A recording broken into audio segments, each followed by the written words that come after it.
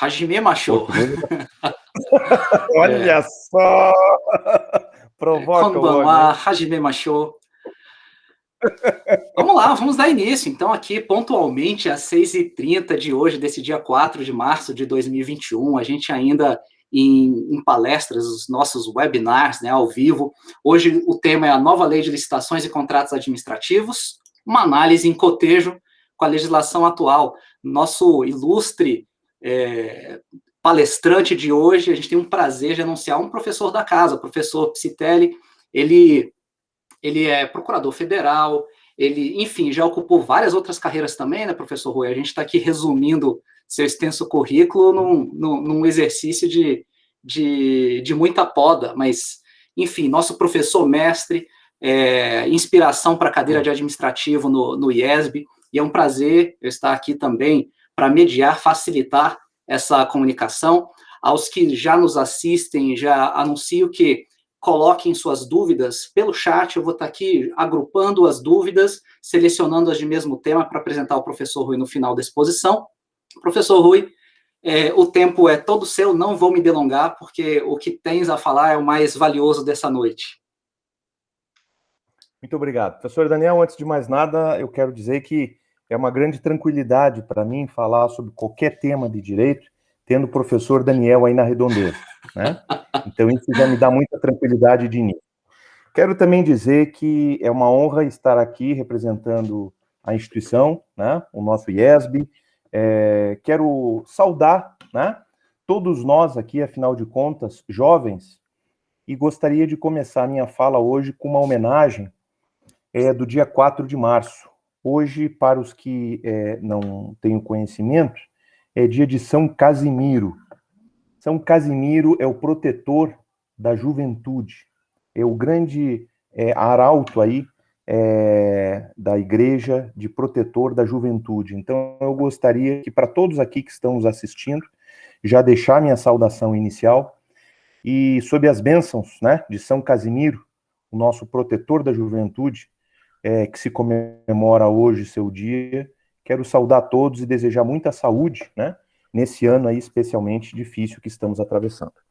Feita essa homenagem, agradecido aí o nosso professor Daniel, quero saudar o professor Márcio, né, que aqui adentra ao recinto, né, nossas homenagens, o agradecimento à instituição por poder representá-la.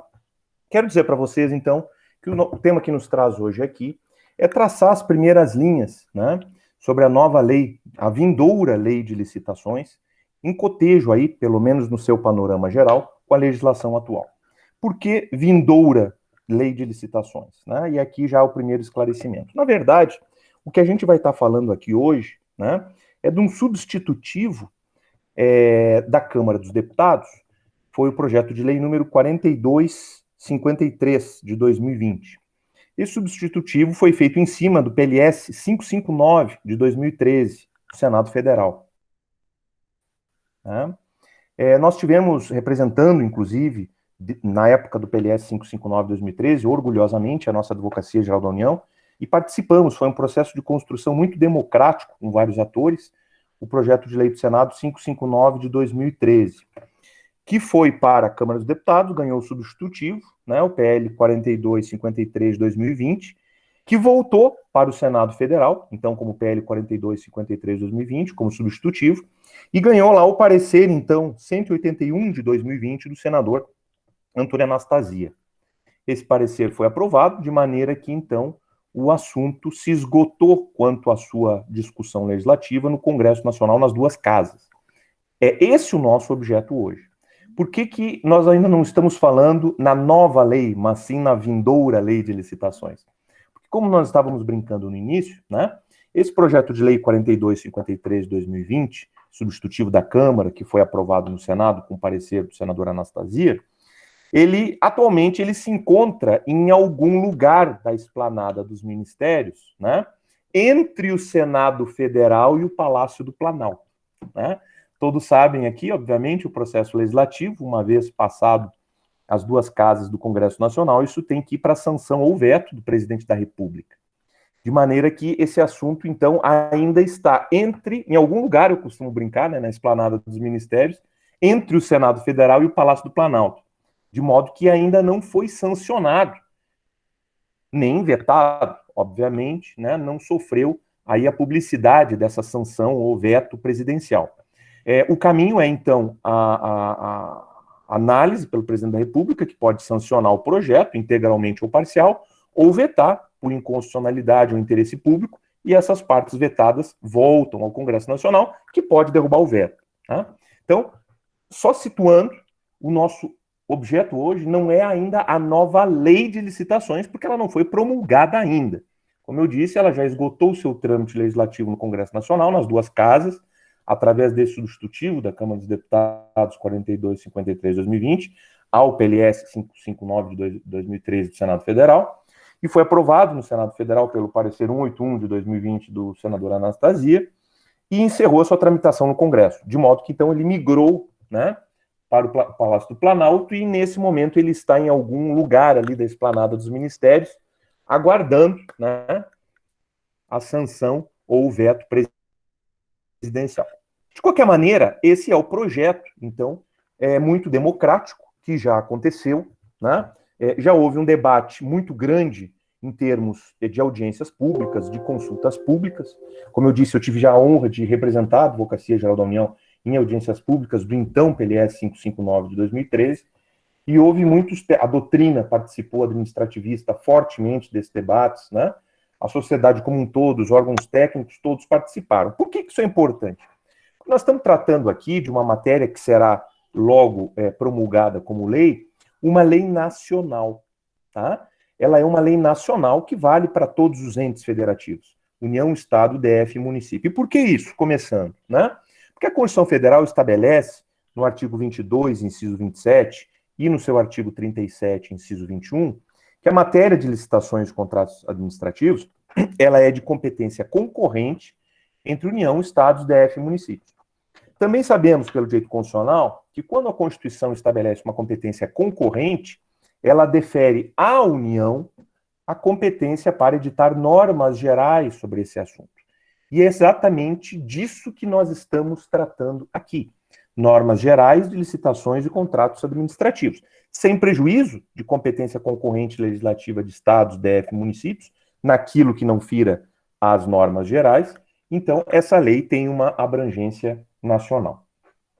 Bom, mas eu gostaria só, antes de entrar num panorama de cotejo geral entre o PL 4253 e a legislação atual, eu gostaria de só expor um pouquinho do arcabouço no qual essa nova legislação nasce.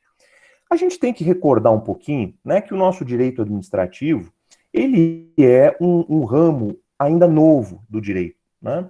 O nascimento oficial do direito administrativo, ele data de 1873, todos nós sabemos, o caso Agnes Blanco, onde a partir dali o direito administrativo ganha, digamos assim, o viés público de regulamentar essa parcela estatal de operacionalização da política pública.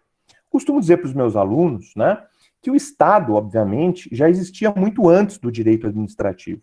Todavia, quem fazia esse papel do direito administrativo era o direito civil. E isso é muito comum em vários ramos do direito. Se a gente pegar, por exemplo, o direito do trabalho, né, até haver uma regulamentação específica do direito do trabalho sobre o trabalho, antes, na verdade, o direito civil já regulamentava essas relações trabalhistas. Da mesma maneira aconteceu com o direito administrativo. O direito administrativo passa, em 1873, né, de uma maneira oficial, no seio francês, a tratar sobre essa matéria de implementação de políticas públicas.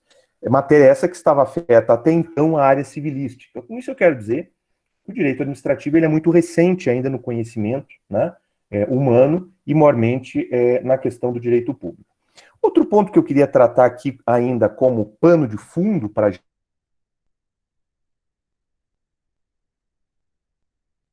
gente entrar na análise comparativa da vindoura é a questão da evolução das escolas da administração pública, né? A administração pública, todos nós temos, ela passa 3 níveis: o patrimonialismo, a burocracia e o gerencialismo. Se nós pegarmos esse nosso modelo atual da Lei 8666 de 1993, nós vamos constatar muitos traços ainda de uma cultura burocrática de administração pública. A administração pública brasileira, né, criada, estruturada na era Vargas, 1930, né, no Brasil, ela nasce sob um talho eminentemente burocrático, ainda sobre a inspiração, né, das ideias de Max Weber, do início do século XX, e essa burocracia se caracteriza um modo de administrar um pouco mais procedimentalista, um pouco com menos preocupações com resultados, é algo mais formal do que efetivamente material de resultados. Sabemos que a implementação do Estado Social no início do século XX leva a que o Estado tenha que adentrar cada vez mais na vida das sociedades no mundo inteiro, né? Isso custa muito caro para os Estados nacionais em todo o mundo. De maneira que, no final do século XX, na década de 80, começa uma nova reforma estatal em vários países do mundo, iniciado aí por Thatcher e Reagan, né? De maneira que passa a se dar conta de que o Estado não pode mais levar aquele seu grande modo intervencionista na sociedade. E aí a escola burocrática, inclusive, leva um grande golpe. Essas ideias começam a chegar no Brasil no final do século XX, 1980, 1990, principalmente a partir da década de 90, até por exigência de órgãos internacionais, né? O Brasil, por ter sustentado essa política social durante o século XX, acaba tendo que depender muito de organismos internacionais de financiamento. E a pauta desses organismos é uma pauta eminentemente monetarista, né? Baseado na escola de Chicago. Com base nisso, então, aquela escola burocrática, ela começa a ceder a ideias do que a gente chama de escola gerencial. O que significa isso? O gerencialismo, ele começa a marcar uma etapa no seio de Thatcher e Reagan, né, na década de 80, uma ideia de menos Estado e de Estado mais eficiente, uma ideia de Estado mais baseado em resultados do que em procedimentos. Isso aqui, em porta de entrada, é muito importante, ainda que rapidamente, né, a gente entender que o Estado brasileiro se ressente muito disso durante o final do século XX, nessa tentativa de superação da burocracia em direção ao gerencialismo. Então, aí a gente poderia citar grandes documentos, né, o Plano Diretor da Reforma do Aparelho de Estado do Bresser, de 95, a Emenda da Reforma Gerencial Brasileira, a Emenda 19, de 1998, né? Toda a legislação da década de 90, a lei de concessões, as leis do terceiro setor, as leis de privatização, tudo isso, a partir do final da década de 80, início da década de 90, tentam engendrar a administração pública brasileira dentro de um modelo que a gente passou a chamar de gerencial, como tentativa de aperfeiçoamento daquela burocracia. E esse gerencialismo se baseia em algumas técnicas, né, como resultados, minimização de procedimentos em face do alcance da eficácia, não só da eficiência, mas da eficácia, conseguirmos aquilo com cada vez menos, né? E na legislação licitatória, agora trazendo para nós notamos que a Lei 8666 de 93, ela ainda foi elaborada sob um talho burocrático. A despeito de ser de 1993, a sua discussão já começou ainda na década de 80, e com certeza ela não pôde absorver, até por uma questão temporal, todos esses novos ventos, né? A partir da década de 90, revolucionaram, como eu digo em aula, o direito administrativo brasileiro. Né?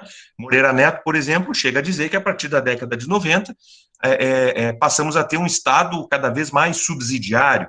Isso que manda, inclusive, o artigo 173 da Constituição, a atividade econômica, por exemplo. Né?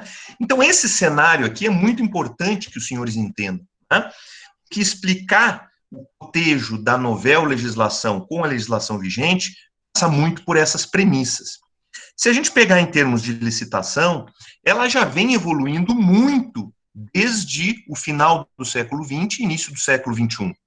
A gente tem, em 2002, com a Lei 10.520, uma grande revolução no processo licitatório brasileiro, que é a criação do pregão a todos os entes, né, pela Lei 10.520, antes criado por medida provisória somente para a União. E depois a gente tem, no ano de 2011, a Lei 12.462 de 2011, que é a lei do RDC, a lei do regime diferenciado de contratações públicas. Então, vejam, esse aqui é um marco importante da minha fala inicial.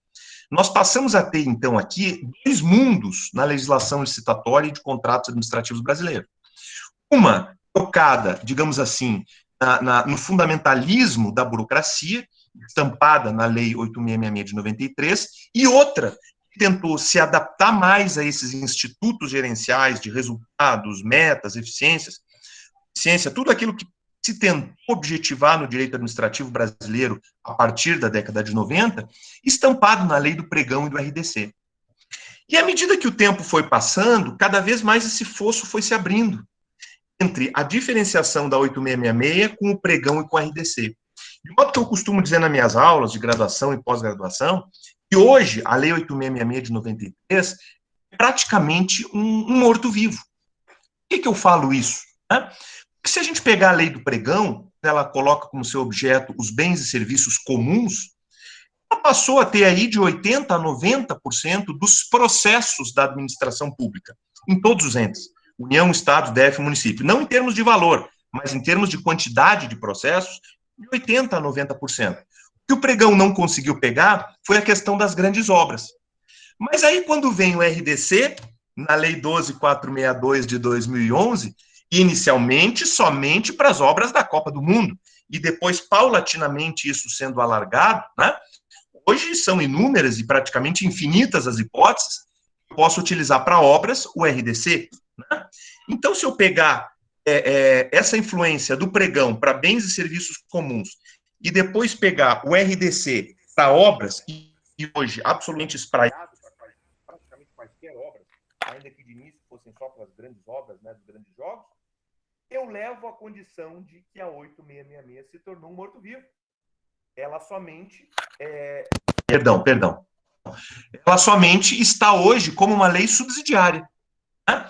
Tudo que é bem serviço comum, vamos para o Pregão. E tudo que é obra, praticamente a gente vai encontrar uma brecha aí para ir para o RDC.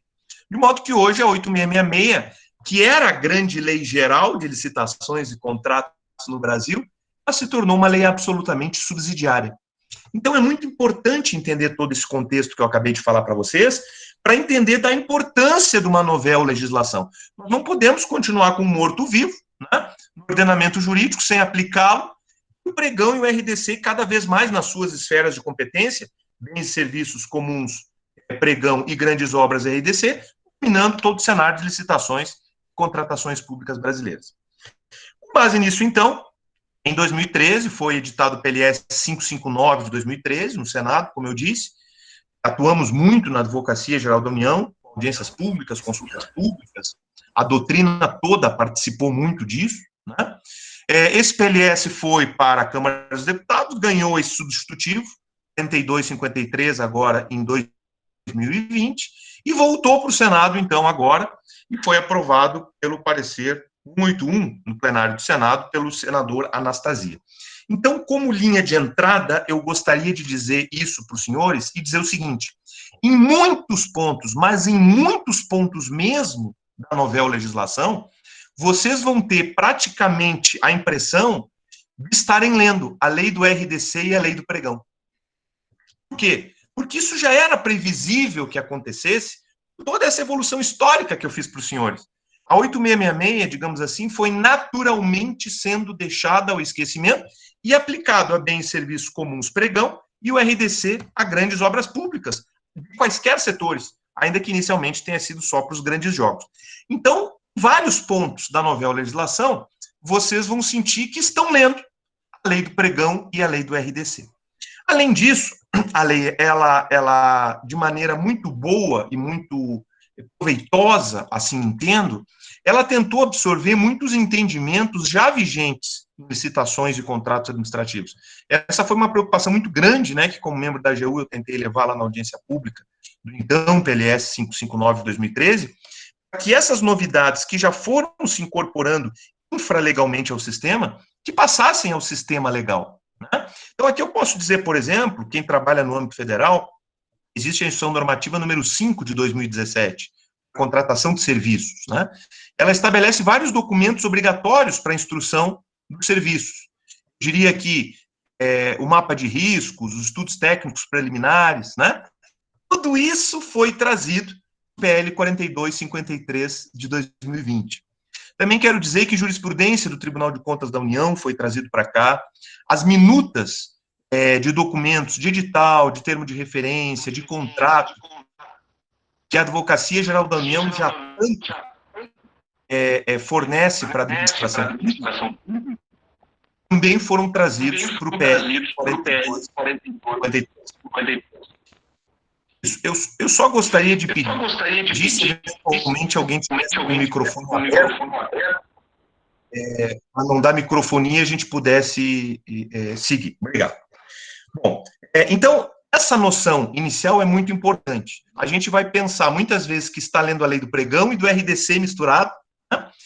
E jurisprudência do TCU, próprios dispositivos da IN 5 de 2017, uma delas, né, a de serviços, que trata na administração federal, minutas da Advocacia Geral da União e várias outras contribuições em orientações normativas já editadas pela AGU, foram trazidas a esse projeto. De modo que, penso eu, como uma avaliação preliminar, esse projeto parece consolidar de uma maneira muito efetiva todas as boas práticas que já vêm se fazendo em licitações e contratos administrativos. Certo?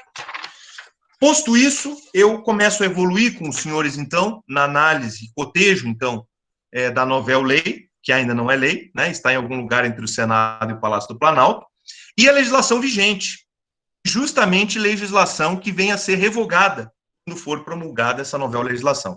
Então, serão revogadas a Lei 8666 de 93, a Lei 10.520 de 2002, a Lei do Pregão, a Lei 12.462 de 2011, a Lei do RDC, justamente tentando, harmonicamente, trazer tudo isso, novamente, por um único diploma de normas gerais em licitações e contratos administrativos, mas já dentro desse feitio de institutos gerenciais do pregão do RDC. Tá? Então, as revogações estão lá no artigo 190, onde se fala, então, que serão revogadas 8.666, 10.520 e 12.462. E a vigência da novel legislação, também previsto no seu artigo 190, se dará após 2 anos da publicação da lei. Tá? Eu acho que é um período de vacatio legis muito interessante, né? Nós estamos tratando aqui, talvez, da lei mais complexa no âmbito do direito administrativo brasileiro, que são as licitações e contratações públicas. Então, acredito que um período de 2 anos é um período muito razoável, né? De vacatio legis aí, tanto para os entrantes no sistema, quanto para aqueles que já trabalham poderem se adaptar aí à nova sistemática. No seu artigo 191, são tratadas as regras de transição. Né? O princípio jurídico, né, de que as regras ficam sendo aplicadas à lei que foram feitos os negócios jurídicos, né? Então, o artigo 191 estabelece os contratos celebrados sobre a vigência das leis 8.666, 10.520 e lei do RDC, continuam vigentes até o final da sua vigência essas leis. Né? O tempo rege o contrato. Né?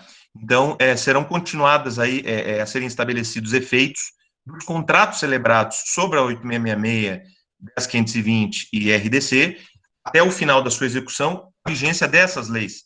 Não emendarão na novel legislação. Né? No seu artigo, então, fui para o final da lei, né? que é algo interessante de vocês verem já no começo, justamente o que ela revoga, quando entra em vigência plena, e as suas regras de transição. Começando agora, no seu artigo 1º, né? O seu âmbito de aplicação, então, está lá no artigo 1º. Obviamente, como eu já tinha dito, até por força dos dispositivos constitucionais, artigo 22, inciso 27, e artigo 37, inciso 21, essa é uma lei nacional, vale para todos os entes, posto tratar sobre a matéria ser de competência concorrente entre todos os entes. Todavia, quando a Constituição, né, como tratamos, trata de competência concorrente, ela defere à União a competência para traçar normas gerais. É exatamente o que aconteceu aqui. Né? Ela se aplica a todos os entes e todos os poderes, executivo, legislativo, judiciário, vez que também sabemos, né, que a administração pública, a despeito de precipuamente existir no poder executivo, a administração pública também existe nos poderes legislativo e judiciário, ainda que não precipuamente, mas nas suas tarefas residuais administrativas. Então, nessas tarefas residuais de licitações e contratações públicas, obviamente, também é aplicado a todos os poderes. A lei apresenta no seu artigo 6º, a novel legislação, né, as definições. Isso é muito parecido com o que já existe no atual artigo 6º da 8666. eu digo sempre que é muito importante, né, na 8666, ela começar com as suas definições. Né? Eu brinco, inclusive, que se um ET caísse na Terra e quisesse estudar licitações de contratos administrativos, indicaria para esse ET que o primeiro artigo que ele estudasse fosse o artigo 6º da 8666. E justamente ele dá os conceitos que a lei vai trabalhar. Da mesma maneira, a novela legislação, no seu artigo 6º, trabalha, então, esses conceitos como uma bela técnica aí de direito administrativo. Aqui, no artigo 5º, né, ela traz, então, os seus princípios. Aqui nós constatamos, de maneira muito forte, aquilo que eu falei no começo da minha apresentação. Aquele cenário gerencial, muito mais puxado à década de 90 à frente, muito mais com herança de pregão e RDC, a gente constata de maneira muito clara aqui no artigo 5º, quando a novela legislação trata dos princípios. Vejam alguns princípios que passam a ser inseridos na novela legislação, que até hoje não ganhavam, digamos assim, expresso texto legal. Né? Princípio da eficácia, princípio da segregação de funções, princípio do planejamento. O princípio do planejamento já tinha desde o Decreto-Lei 200, né, de 67, mas, enfim, nas legislações licitatórias não havia expressamente o princípio do planejamento. Princípio da segurança jurídica, princípio da transparência. Então, vejam, né, aqui a gente pega um toque muito importante da novela legislação, uma herança muito forte nessa corrente gerencial, de maneira que ela tenta privilegiar, de alguma maneira, valores muito mais contemporâneos do direito administrativo, principalmente da década de 90 para cá, pegando assento na lei do pregão e na lei do RDC, mas avançando, inclusive, eu diria, de maneira muito efetiva na interpretação da lei. Sabemos, não querendo, obviamente, né, aprofundar aqui, até pelo tempo, que são os princípios, pela teoria dos princípios, né, do nosso professor Humberto Ávila, aqui no Brasil, do Working e Ronald Working e Alex, na doutrina estrangeira, são os princípios que nos fornecem os faróis para a interpretação das regras. Então, é muito importante, eu também aviso aos meus alunos, nós interpretarmos um diploma legislativo com base nos seus princípios. Então, quando a gente pega os princípios aqui da novela legislação, no artigo 5º, a gente já sabe do que está falando. E no final do artigo 5º, que se trata dos princípios, o que é ainda mais interessante, ela fala, né? Bem como ainda a observância das disposições do Decreto-Lei 4657, de 1942. Alguém se lembra do que se trata o Decreto-Lei 4657, de 1942? Da época do professor Daniel, né, se chamava LIC, né? A minha já se chamava LINDB, né? Mas na época do professor Daniel se chamava LIC, a Lei de Introdução ao Código Civil. Né? Depois alterada para a Lei de Introdução às Normas do Direito Brasileiro. Professor, o que tem a ver a LINDB aqui nos princípios da novela legislação? Quem vem acompanhando toda essa evolução gerencial do direito administrativo pós-década de 90 sabe que em 2018 a nossa LINDB ganhou artigos do 20 ao 30, que vem tratar justamente sobre essa postura mais gerencial e diferenciada da burocracia no âmbito da administração pública brasileira. Regras de gestão, regras de controle, regras de interpretação para a administração pública, para negócios públicos, foram trazidos nos artigos 20 a 30 da LINDB.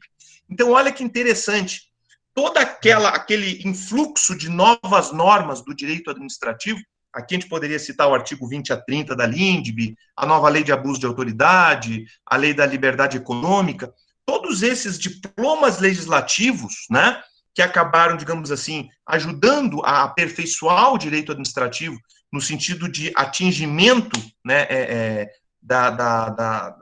do alcance dos direitos fundamentais do cidadão, fazendo com que o direito administrativo seja um instrumento do cidadão em face do Estado, né?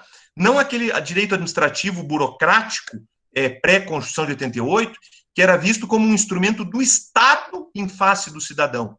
O Estado se apropriava do direito administrativo para usar o seu poder perante o cidadão. A Constituição de 88, Barroso fala muito bem isso, né?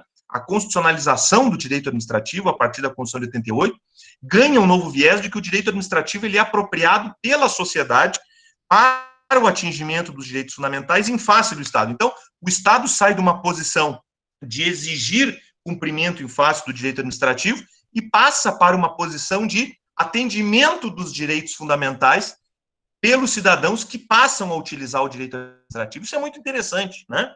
Então, a Lindbe reforça bastante um desses cenários e vem trazido aqui nos princípios. Então, vejam como é forte essa herança gerencial na nova legislação licitatória, né?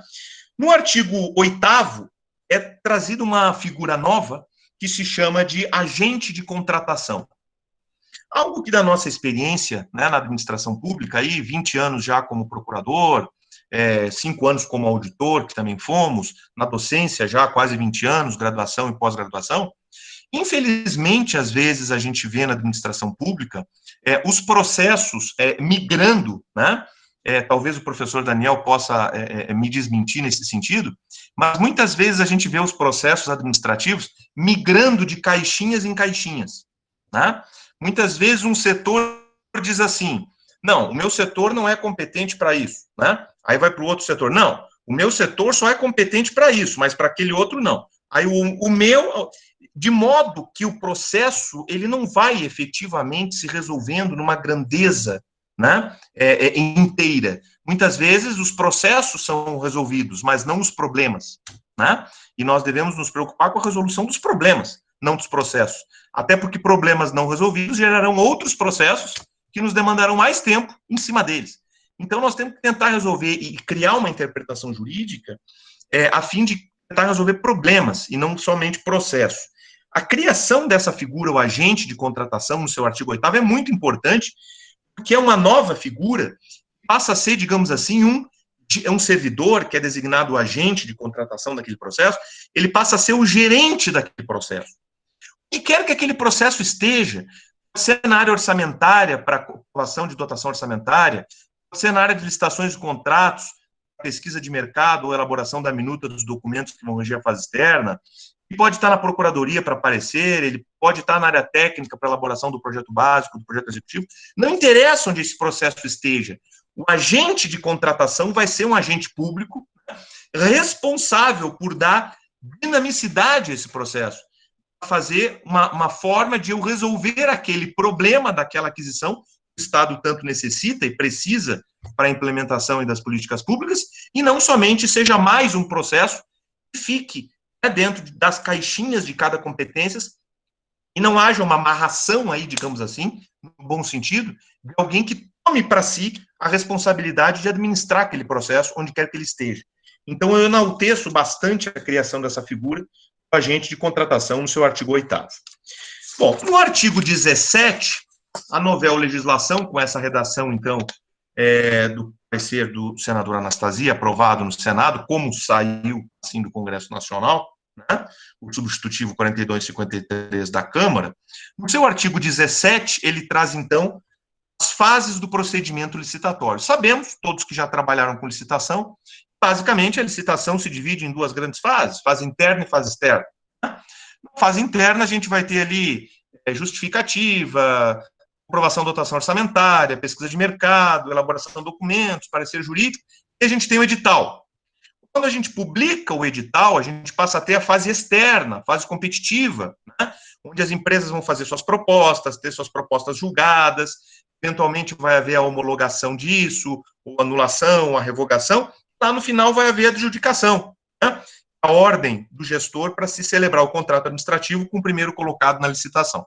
Então, isso é mais ou menos hoje a ordem do processo licitatório.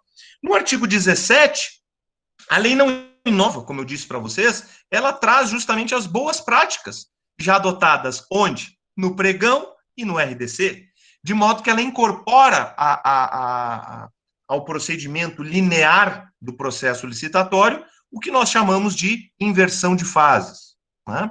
Sabemos nós, instituto esse trazido pelo pregão e depois consolidado na lei do RDC, significa, na fase externa, nós primeiro julgarmos as propostas dos licitantes, né? E depois habilitarmos, mas habilitarmos somente o primeiro colocado. Se o primeiro colocado não for habilitado, habilitamos o segundo ou o terceiro. A 8666, ela tem uma sistemática muito dura, muito rígida, muito procedimental, de primeiro habilitar todos os licitantes, todos, e depois de julgar. Isso faz com que as licitações demorem um tempo estrondoso. O pregão, quando chama para si os bens e serviços comuns, em 2002, né, ele nos mostra isso, né? Pequenas aquisições, como material de expediente, material de consumo, que antes demoravam, porque eu tinha que habilitar 200, 300, 400 licitantes, né? Agora eu habilito um licitante. Então, aquisições desse tipo, licitações que demoravam 1 ano, 2 anos, 3 anos, o pregão conseguiu baixar isso para 1 mês, 2 meses, em tempo de licitação, né? E depois o RDC veio em relação às obras, grandes obras públicas, desde a época da Copa, da Olimpíada, e depois espraiado pela legislação da RDC, estendido para vários outros tipos de obras, né? O RDC também adotou a questão da inversão de fases, né? E vem aqui estampado, então, na nossa nova legislação, já como regra, a questão da inversão de fases. Digo que isso vai economizar um grande tempo, né, no processo licitatório. Esse é um dos calcanhares de Aquiles, né, da nova legislação, é incorporar a inversão de fases. Outro calcanhar de Aquiles, né, até pela nossa própria geração, e agora, inclusive, estamos aqui falando com esse meio tecnológico, né, os meios de informática, enfim, de cibernética. Outro calcanhar de Aquiles da nova legislação é isso, né, a priorização máxima de processos licitatórios utilizando meios informáticos, né? Isso no pregão, pelo decreto 5.450 de 2005, na União, foi internalizado na União o pregão eletrônico. Isso mostrou que a competitividade aumentou sobremaneira em relação aos bens e serviços comuns, né? E sabemos que, aumentando a competitividade numa licitação, naturalmente os preços despencam. Então, vejam, né? Utilizar prioritariamente meios de informática, propiciando maior competitividade, queda de preços, inversão de fases, queda do tempo que eu levo para fazer uma licitação. Então, esses 2 grandes pilares são trazidos, tá, para a novel legislação. O que eu vinha falando para vocês, né, dentro da fase preparatória do artigo 17, todos aqueles institutos que já são utilizados hoje, por exemplo, na União, a IN5 de 2017, que trata sobre contratação de serviços, né, documentos como estudo técnico preliminar, mapa de risco, né, tudo isso vem aqui para a fase preparatória na novel legislação, né, no artigo 17, ou seja, boas práticas que já vêm sendo utilizadas, principalmente no âmbito federal, no âmbito infraconstitucional, normativo, documentos esses que vêm trazidos agora positivados para que todos os entes nacionais, União, Estado, DF e municípios, possam utilizar esses meios, posto agora legislado, né? Alguns artigos interessantes, traria para vocês, um artigo que eu brinco aqui, né? O artigo que talvez... Daniel, diga. Sim, mais uma vez, vou só chamar, desculpe interromper antes do próximo artigo, logo nessa parte tratando da competitividade, né? Eu queria perguntar à produção, o Juliano está por aí? Eu estou achando que tu não quer que eu fale do próximo artigo e daqui a pouco tu vai entender a brincadeira. Diga lá. Ah, entendi. Não, já estou entendendo. Já vai pular aí alguns artigos, pelo jeito, né? Para tratar de um que é sinistro. Isso. Parece. Juliano, a gente tem previsão de término em relação a horários? Como estamos aí de tempo? Professor, as aulas iniciam às 19h15, mas pode ficar à vontade, tá? Os alunos estão na sala. Estão assistindo a palestra, okay. Fica à vontade. Perfeito. Isso. Professor Rui, eu estou aqui anotando questões, caso a gente tenha um tempo para atendê-los ao final. Vamos avançar. Por favor, continue com a lição. Então, agora o Daniel vai entender a brincadeira, o artigo que ele não queria que eu falasse, que é o artigo que eu estou denominando fim ao luxo. Fim ao luxo, né? O artigo 20, e eu gostaria de ler para os senhores o artigo 20, né? Os itens de consumo adquiridos para suprir as demandas das estruturas da administração pública deverão ser de qualidade comum, não superior à mínima necessária para cumprir as finalidades às quais se destinam, vedada a aquisição de artigos de luxo, né? Então, é um artigo bem interessante aí, em prol da economicidade e da racionalização que a máquina pública deve demonstrar para a sociedade como um todo, trazendo resultados, trazendo exemplos, né? Então, eu enalteceria também a entrada desse artigo 20, né? Vejam aqui, por exemplo, no artigo 22, a questão de, no edital, eu poder exigir mapa de risco. Vejam que o mapa de risco já é um instituto, novamente, da IN5 de 2017, né, que trata sobre serviços na administração federal, e já vem tratado na lei do RDC. O mapa de risco é um documento muito importante para a execução de contratos, principalmente obras e serviços, quando eventualmente podem acontecer fatos que eventualmente deles decorram reequilíbrios econômico-financeiros, né? Aquela coisa, mas isso não estava previsto, mas e se acontecer isso, se acontecer aquilo, né? Aquela pedra que na hora da obra eu não vi a pedra, mas depois isso vai ter que sofrer um aditivo, porque para fazer uma estrada com uma pedra eu vou ter que primeiro furar pedra, coisa que antes eu não tinha previsto, né? Então, o mapa de risco é um documento muito importante que já se adota na administração federal, por força da IN5 de 2017, Contratação e Serviços, já se utiliza muito no RDC, e aqui no artigo 22, em boníssima hora, vem trazido aí como documento obrigatório nos editais da novel legislação, né? Outro instrumento trazido da legislação já vigente, da lei do RDC, é a questão do orçamento sigiloso, artigo 24, né? A princípio a gente pode falar sigiloso, pode ficar uma coisa meio feia, né? Mas o orçamento sigiloso é algo que traz muita economicidade, né? Isso já pode ser adotado, né? Por exemplo, no RDC, onde, é claro que o sigilo não se aplica a órgãos de controle, obviamente, né? Mas os licitantes, eles não ficam sabendo dos valores das propostas uns dos outros. Esse valor, ele só é descoberto lá no final, após a adjudicação. Isso é um instrumento gerencial maravilhoso, né, que é adotado no RDC, né?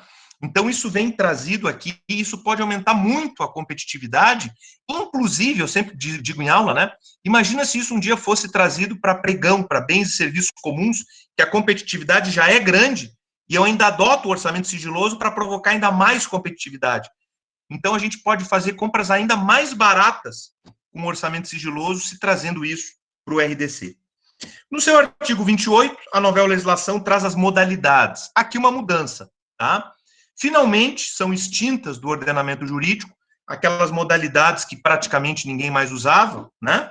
Tomada de preço e, sobretudo, o convite, que era uma modalidade, assim, que eu, particularmente, tinha uma ojeriza muito grande, né? Convite é aquela coisa de convidar 3 empresas e depois, em última hora, publicar 24 horas. Não, mas todo mundo pode apresentar proposta, mas quem é que vai acompanhar 24 horas antes da elaboração das propostas, da entrega das propostas, né? Então, assim, coisa que era muito pouco democrática, que era a carta convite. Em boníssima hora também a legislação acaba a tomada de preço. As modalidades da nova lei ficam sendo pregão, concorrência, concurso, leilão e diálogo competitivo. Concurso continua sendo basicamente o que nós já temos. Concurso de projetos, né? Artigos, novo desenho da moeda do real, né? Tudo são concursos, né? Projeto de engenharia, um concurso. Leilão, venda, né? Praticamente o que já é na atualidade. Então, fica pregão e concorrência. Então, tudo aquilo que for bem e serviço comum, pregão. Tudo que não for, concorrência. Então, eu passo a ter praticamente 2 grandes modalidades gerais, pregão e concorrência. O que não for bem e serviço comum, concorrência. O que for, pregão, né? E a lei traz aqui uma nova modalidade, já muito discutida há muito tempo na doutrina, que é o diálogo competitivo, né? O diálogo competitivo vai se aplicar, pessoal, àquelas licitações de inovações tecnológicas, onde muitas vezes a própria administração pública ela tem um problema, ela sabe qual o problema que tem que enfrentar, mas ela não tem uma solução, né? Então, o diálogo competitivo, ele vai, na verdade, buscar ideias do mercado e a administração vai adquirir, então, essas ideias em termos tecnológicos. Isso está em absoluta consonância com legislação licitatória aí de países, por exemplo, da OCDE, tá? Então, em modalidades, a gente passa a ter essas diferenças. Artigo 33, a gente chama hoje os tipos de licitação, né? Quais são os tipos? Menor preço, melhor técnica, técnica e preço, né? Maior lance. A gente praticamente mantém tudo isso, mas eu destacaria duas novidades. Uma, ela não chama mais de tipos, né, agora chama de critérios. O critério do maior desconto, que já é utilizado em muitos editais de pregão, principalmente para aquisição de combustível, né? Ainda que não positivado, a prática administrativa criou um novo tipo, que é o maior desconto, e o TCU não se opõe a isso, né? Agora ele vem positivado como maior desconto, e a questão do maior retorno econômico, né? O maior retorno econômico também é uma criação do RDC, quando ele trata nos contratos de eficiência. A Infraero, né, utiliza muito desses contratos de eficiência, principalmente para os aeroportos que ela administra, em relação a despesas como luz, né? Então ela faz uma licitação para celebrar um contrato de eficiência, a fim de que os licitantes apresentem projetos para reduzir aquele custo de luz. E o licitante vencedor, ele não é remunerado em termos fixos. Olha o fator gerencial. Ele é remunerado em cima, um percentual em cima da economia que ele faz a Infraero ter uma diminuição das contas depois da implementação do projeto dele. Então, vejam, é nitidamente gerencial, né? Os contratos de eficiência, junto com o maior retorno econômico, são trazidos aqui na novel legislação também, né? Compras são tratadas no artigo 40, a sistemática fica muito parecida como de hoje. Obras e serviços de engenharia, artigos 44 e 55. Serviços em geral, artigo 46. Segue a mesma, muito parecido, técnica que é hoje, né? Contratação simultânea, artigo 48. Também adotado no RDC, principalmente em serviços, né? A administração acaba parcelando o objeto, o Instituto do Parcelamento, e ela acaba tendo duas empresas fazendo o mesmo serviço para ela. Isso muitas vezes, a gente sabe que o parcelamento é uma técnica de competitividade, barateia os preços para a administração. Fora o RDC, hoje, havia um dogma muito ruim, né? Que não, eu não posso contratar duas empresas para fazer a mesma coisa, né? Vem cá, se eu vou parcelar o objeto, isso vai trazer economia para a administração, por que não fazer? Isso se chama contratação simultânea, né? Isso vem trazido também em boníssima hora como previsão aqui no artigo 48. Chegamos no nosso parecer jurídico, artigo 52, muito importantíssimo para nós aqui, né? Recentemente escrevi um artigo na revista Congresso em Foco, justamente sobre isso, né? A influência da nova lei sobre as manifestações jurídicas. Hoje tratado laconicamente no parágrafo único do artigo 38, né? Aqui nós tivemos uma participação muito grande, né? Sugerindo muito texto, na época do então PLS 559 de 2013, muita coisa foi incorporada, né? Então a gente passa a ganhar um grande artigo aqui, que é o artigo 52, dizendo, né, que o parecer jurídico, obviamente, é obrigatório, antes do lançamento do edital, ele não é vinculativo ao gestor, né, mas expressamente vem tratado que o gestor que não seguir as recomendações jurídicas, né, ele passa a responder pelos seus atos administrativos. Isso já é assim, mas vem uma construção muito firme no artigo 52 nesse sentido, ou seja, prestigiando muito o controle jurídico de tão importante matéria, né? A gente sabe que as áreas jurídicas na Advocacia Geral da União, nas procuradorias dos estados, dos municípios, são extremamente capacitadas, são concursos de várias fases, função essencial à justiça, então não sofrem qualquer tipo de pressões políticas, né, ou enfim, e podem dar o seu parecer. Então, a importância do parecer jurídico vindo aqui, se puder ler esse meu artigo do Congresso em Foco, eu retrato bem isso, exercer aqui a sua capacidade técnica de maneira muito boa. E esse artigo 52 eu linkaria com o artigo 10, que traz uma previsão interessante. O artigo 10 diz o seguinte, né? Se as autoridades competentes e os servidores tiverem participado dos procedimentos de licitações, precisarem defender-se nas esferas administrativa, controladora ou judicial em razão de ato praticado com estrita observância de orientação jurídica, poderão ser representados pela advocacia pública nesses processos. Então, se a gente pegar o 52 com 10, vai fechar totalmente, né? Ou seja, o servidor, quando pratica um ato, né, administrativo, ele está fazendo, pela teoria da imputação, um ato em nome do Estado. Se ele pratica um ato legal com respaldo jurídico no seu parecer, Mas, ora, não haveria nenhuma razão, seria absolutamente irracional se a Procuradoria não defendesse esse servidor, né? Em quaisquer esferas, controladora, judicial, penal, civil. Mas vejam como ele coloca aqui, né? Desde que o ato tenha sido praticado no artigo 10, com estrita observância e orientação jurídica constante do parecer jurídico. Isso é muito interessante, né? Ou seja, um peso muito bom para os procuradores aí de Estado, procuradores federais, advogados da União, poderem atuar com mais autonomia ainda na sua atividade. O artigo 52 prestigia o que nós já fazemos hoje na AGU. Nós disponibilizamos para os órgãos da administração federal minutas, documentos de edital, termo de referência, contrato. Nós fazemos, inclusive, checklists, né? Ajudar a administração na fase do processo administrativo, de tudo que tem que ter no processo, contratação de obras, serviços, bens, enfim. Então, essas minutas, elas têm que ser prestigiadas, né? De modo que cause mais segurança jurídica para todos os envolvidos. O artigo 53 trata do edital, sem grandes alterações do que vimos já tratando, né? O artigo 60 faz um importante dispositivo, utilizado no pregão, né? Muito boa hora também trazido para cá, que é a negociação após o final do julgamento. Não é aquele procedimentozinho burocrático, dado estanque da 8666, onde eu julgo propostas, homologo e adjudico o contrato, né?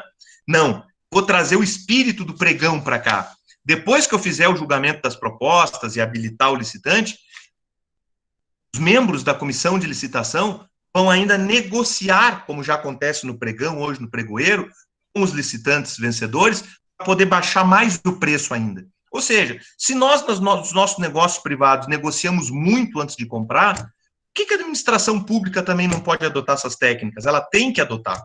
Então, vejam, mais uma boa prática, né, trazido aqui no artigo 60, que já existe no pregão, a questão da negociação, trazida para a nova legislação, né?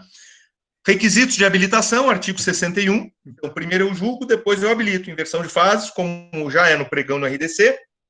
Os requisitos de habilitação continuam muito parecidos. Técnica jurídica, econômico-financeira e fiscal. Artigo 61.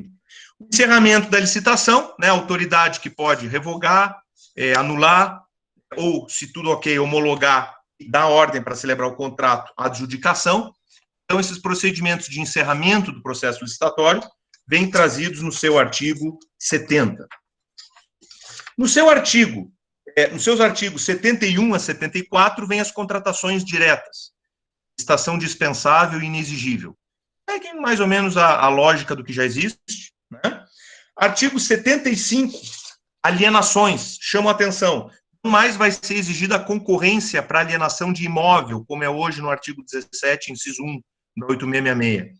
Vou poder alienar imóveis por leilão, artigo 17, inciso 1. E procedimentos auxiliares. Aqui uma cópia, praticamente, da lei do RDC, né? Credenciamento, pré-qualificação, sistema de registro de preço, registro cadastral, tudo que já existe hoje no RDC, como instrumentos acessórios, né, auxiliares, vem trazidos aqui também para a nova legislação. Duração dos contratos administrativos, artigo 105, aqui uma mudança, né? Artigo 105, a administração poderá celebrar contratos com prazo de até 5 anos, principalmente para a questão de serviços, né? A gente sabe hoje, pelo artigo 57, que a gente celebra anualmente, né, por 1 ano, e vai renovando ano a ano até chegar a 5 anos. Então, vem uma permissão de, nesse contrato de serviço, eu poder celebrar com prazo de vigência de até 5 anos, artigo 105, né? E o artigo 106, que hoje até 5 anos, a vigência máxima no artigo 57 da 8666, contratos de serviço de natureza continuada, passam até 10 anos, pelo artigo 106, né?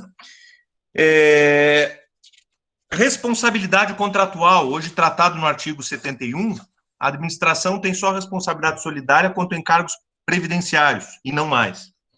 O problema é que a gente sabe que veio o enunciado da súmula 331, né, do TST, e praticamente a interpretação hoje é que há uma responsabilidade subsidiária em se tratando de encargos trabalhistas, né, principalmente quando a administração não os fiscaliza a contento pelo fiscal do contrato, né. Então, o artigo 120, parágrafo 2º, incorpora isso também e diz o seguinte: Exclusivamente nas contratações de serviços contínuos, com regime de dedicação exclusivo de mão de obra, a administração responderá solidariamente pelos encargos previdenciários, que já é hoje no 71 do 8666, mas avança. E subsidiariamente pelos encargos trabalhistas, se comprovada falha na fiscalização do cumprimento das obrigações do contratado. Isso é exatamente aqui uma homenagem à internalização do enunciado 331 do ST. Alterações qualitativas e quantitativas, artigo 123, continua aqueles limites, 25% para mais ou para menos, reformas 50% para mais. Ordem dos pagamentos, artigo 140, uma novidade interessante, né? A gente sabe que há uma ordem de pagamentos, né, pela apresentação das faturas, atualmente na 8666. O artigo 140 da nova legislação separa por tipos de contratos: fornecimento de bens, locações, prestação de serviços e realização de obras. Então, essa fila, digamos assim, de pagamentos, ela vai se observar dentro de cada uma dessas espécies, né? Trago aqui no artigo 146 e 147 as declarações de nulidade, já com muita influência dos artigos 20 a 30 da LINDB. Falei lá no começo da palestra, né? Antes de declarar nulidade, tanto as autoridades controladoras quanto os agentes administrativos vão ter que fazer um estudo, né, de quanto vai custar anular aquele contrato, né, e se eventualmente não vale a pena reequilibrar aquele contrato e terminar aquela obra, né? São aqueles problemas que hoje se vê aí de obras paradas. A tentativa de resolução extrajudicial de conflitos, incorporando a Lei 13.140 de 2015, né, que trata sobre o dever de resolução extrajudicial de conflitos na administração, tem trazido aí no artigo 150, as contratações regidas poderão ser utilizados meios alternativos de prevenção e resolução de conflitos. As sanções, artigo 155, segue o que já temos: advertência, multa, impedimento, declaração de idoneidade. Aqui uma observação minha, quando lá do PLS 559 de 2013 sugeri, vem incorporado, né, mais um controle aqui para os advogados públicos. Eu sugeri que quaisquer sanções que fossem aplicadas no contrato deveriam ter prévia manifestação jurídica, né? Fui vencido parcialmente, mas pelo menos no parágrafo 6º do artigo 155, que trata das sanções, mais uma competência aqui para a advocacia pública, né?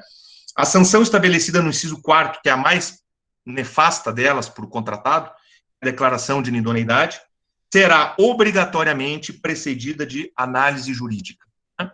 Eu acho que todas as manifestações jurídicas deveriam ter prévia manifestação jurídica. Se a gente pegar, por exemplo, a Lei de Combate à Corrupção, a Lei 12.846, a gente vai ver que todas as sanções dela exigem prévia manifestação jurídica. Eu acho que já estaríamos maduros no sentido de passar todas as sanções aqui com prévia manifestação jurídica, justamente se controlar a legalidade do procedimento. Como eu disse, a advocacia pública ela não tem compromisso, né, com partidos políticos, com governos temporários, ela tem uma preocupação com a administração, com o Estado, com o que é mais contínuo, né? Então, não se perpetrar eventuais injustiças e ilegalidades, acho que qualquer sanção deveria ter um prévio parecer jurídico. Mas, pelo menos, a mais nefasta, que é a declaração de inidoneidade, nós conseguimos inserir isso, tá? Novidade, artigo 159, a administração pública passa a poder desconsiderar a personalidade jurídica no contrato administrativo, tá?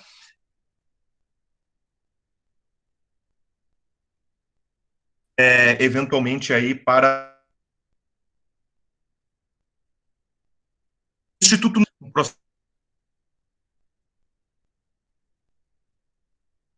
processo de reabilitação, uma vez sancionado. Professor Rui, a gente está com alguma dificuldade no áudio, começou a cortar.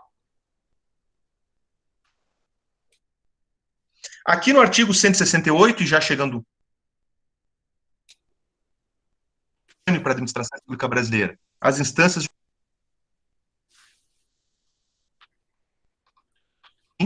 Daniel, ia falar alguma Professor coisa? Rui, sim, a gente estava lhe escutando de forma mais picada, iniciando agora o artigo 168. Acho que agora o áudio e o vídeo começou a se estabilizar, pelo que a gente está notando aqui. Se puder reiniciar o artigo 168, professor Rui. Claro. Esse que eu estava. 168. exatamente nesse que eu estava. Né?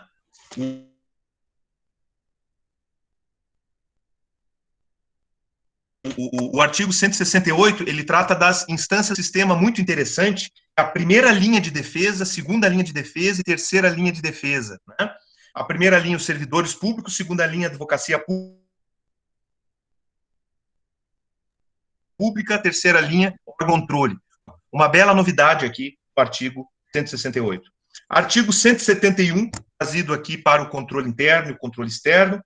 Artigo 174, criação de um portal nacional para todos os entes, portal nacional de contratações públicas, né?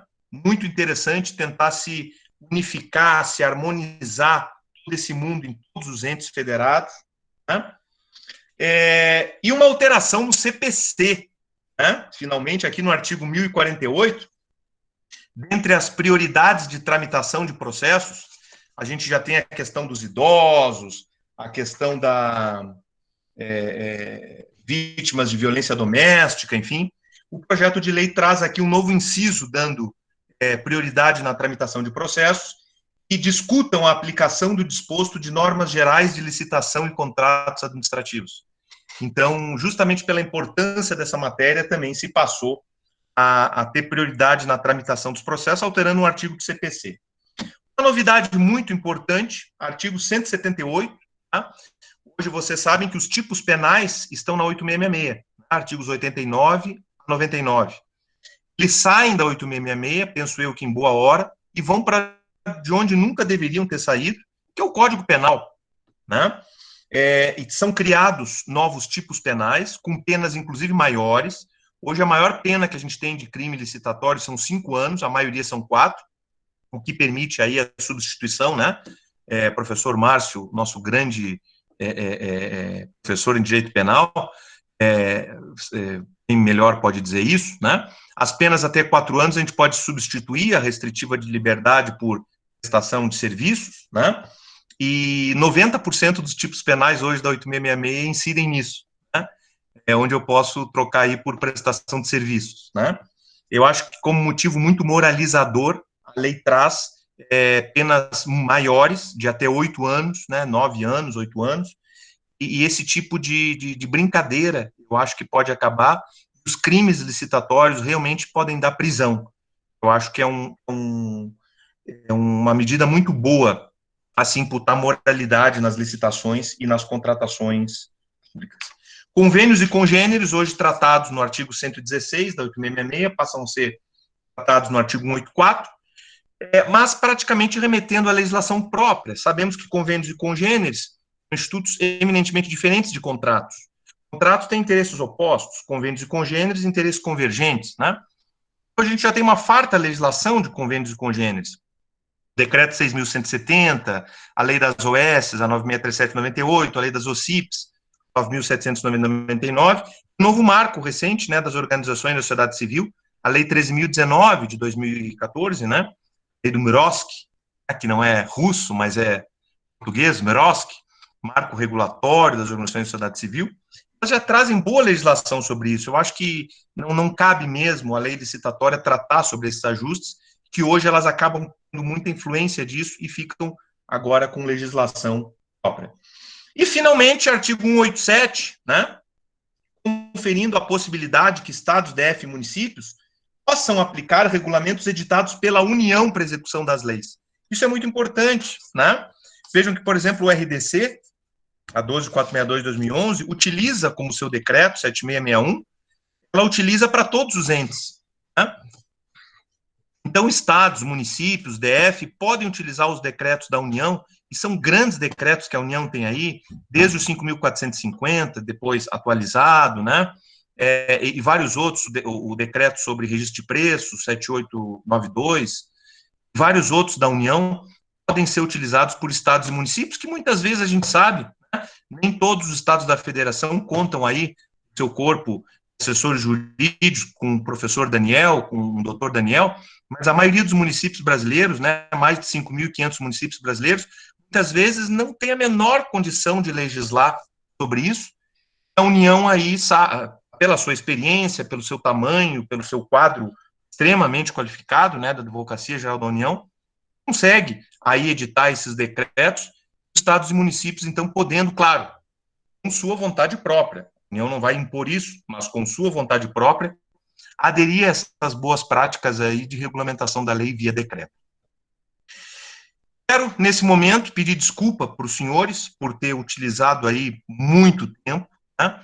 Mas quero dizer que a tarefa que o professor Daniel me deu aqui foi uma tarefa muito hercúlea, de em 50 minutos, 55 minutos, comparar toda a vindoura legislação com o arcabouço jurídico vigente. Eu até pedi para ele, eu digo, Daniel, quem sabe eu falo só sobre a novel legislação? Ele disse, não, isso eu também consigo. Vai falar da novel legislação em cotejo com a legislação vigente. Aí ele me matou, tá?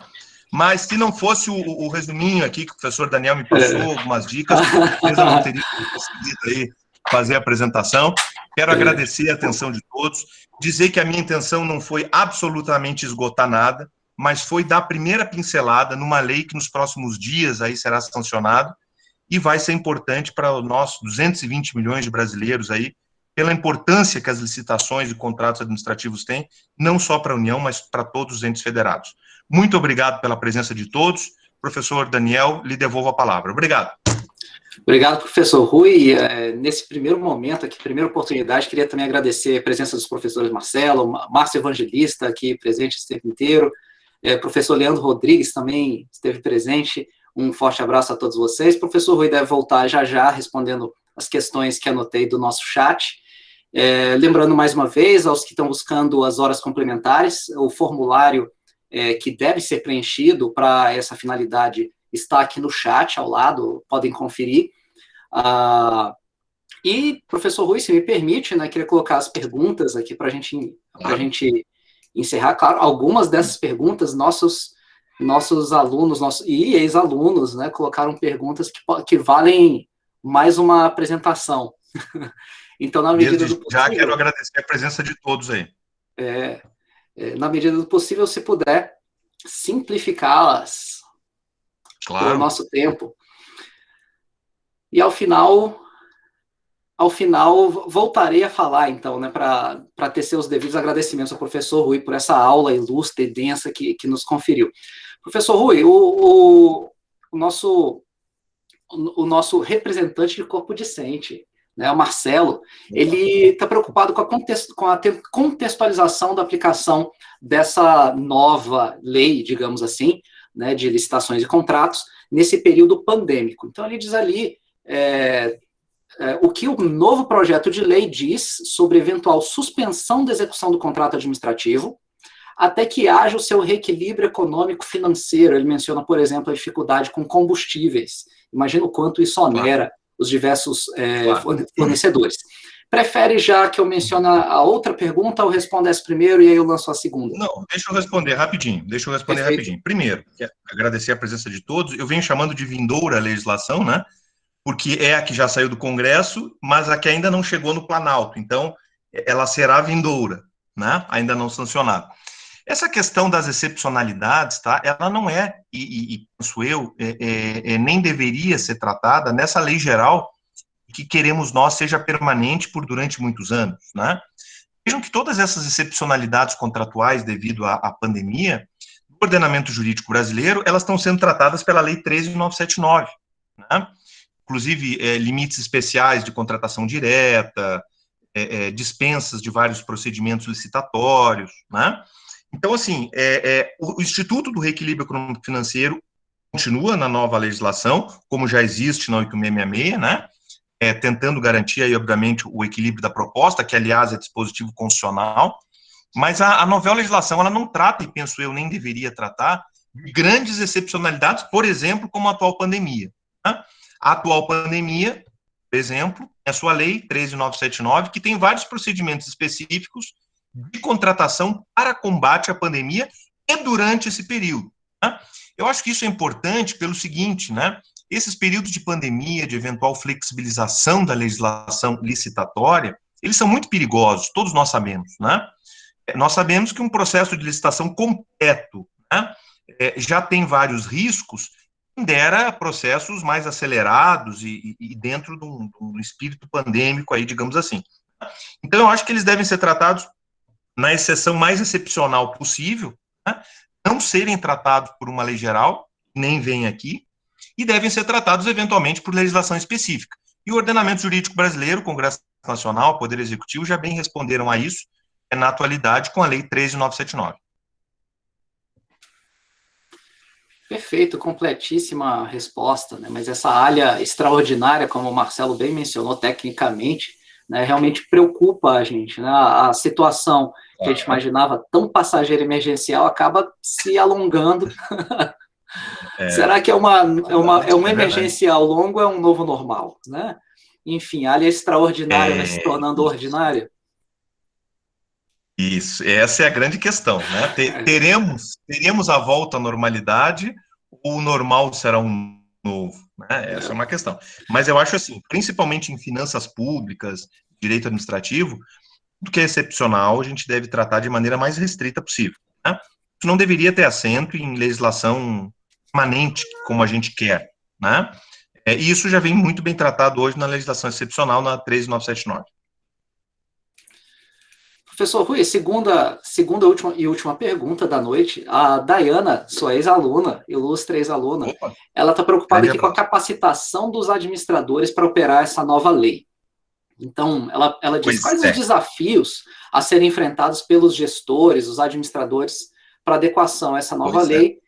Complementando a pergunta, ela diz assim, os administradores de hoje estão preparados a esse novo modelo gerencial?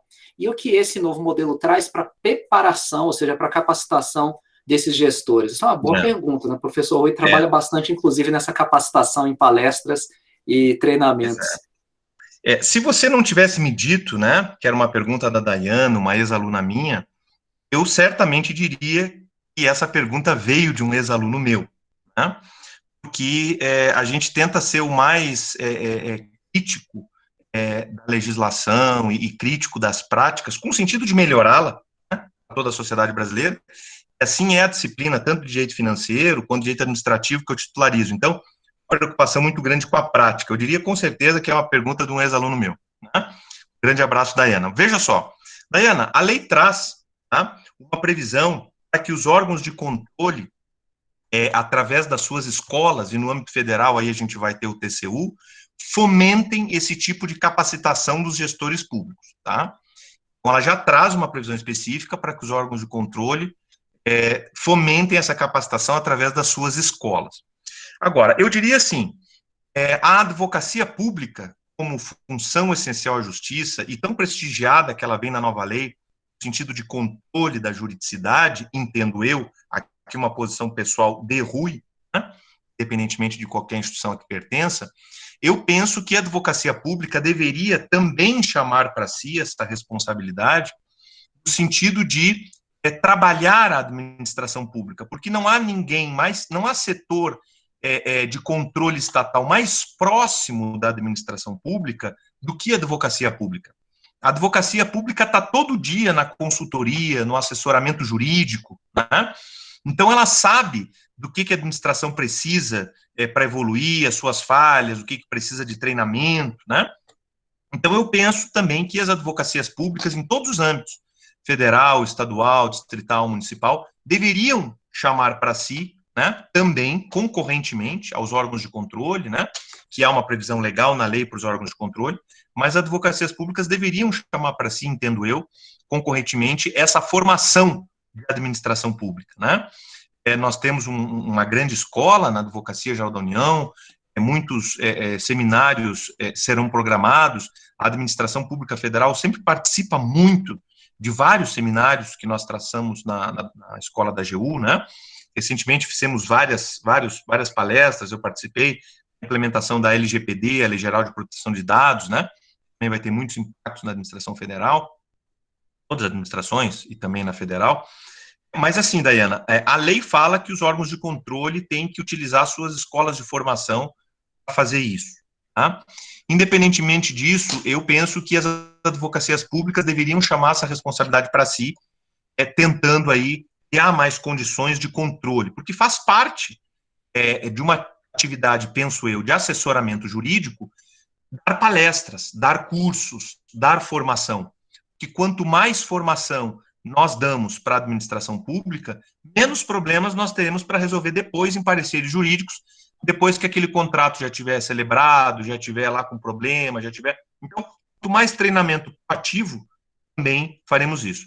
Sem prejuízo disso, as escolas de governo, né, principalmente no âmbito federal, capitaneadas aí pela ENAP, têm feito excelentes trabalhos, né, capacitação de gestores públicos e para a sociedade em geral, né? Se algum de vocês entrar, por exemplo, na página da ENAP, vai ver que tem muitos cursos abertos à sociedade brasileira como um todo, né?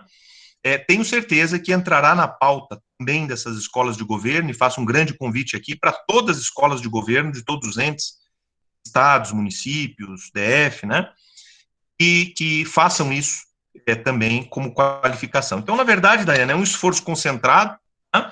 A lei ela vai entrar com uma vacatio legis de 2 anos, como eu disse, que eu acho que é bem prudente, justamente para as pessoas irem se acomodando à lei. Repito, né, que eu falei lá no começo, ela é uma lei, claro, que traz muitas inovações, muito boas, né? Mas eu te diria, na essência, ela não é uma lei totalmente nova.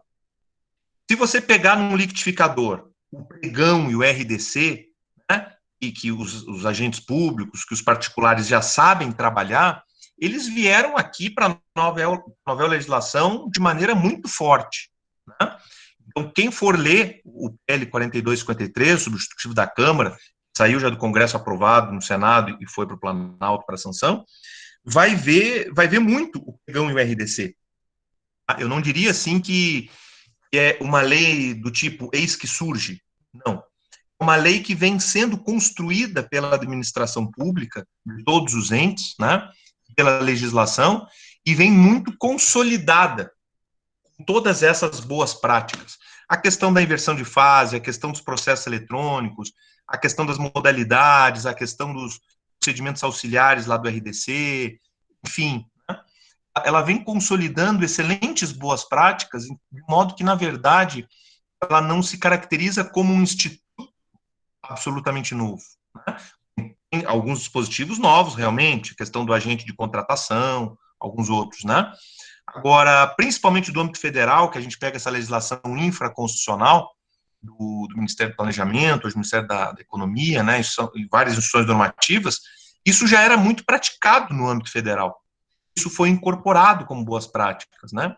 As minutas de documentos, de edital, de contrato, que a AGU já vem na sua página oferecendo há muito tempo para a administração pública, para a segurança jurídica, isso vem trazido lá no artigo 52. Então, é uma lei que ela procura captar muito do que já vem acontecendo de bom e avançando ainda mais.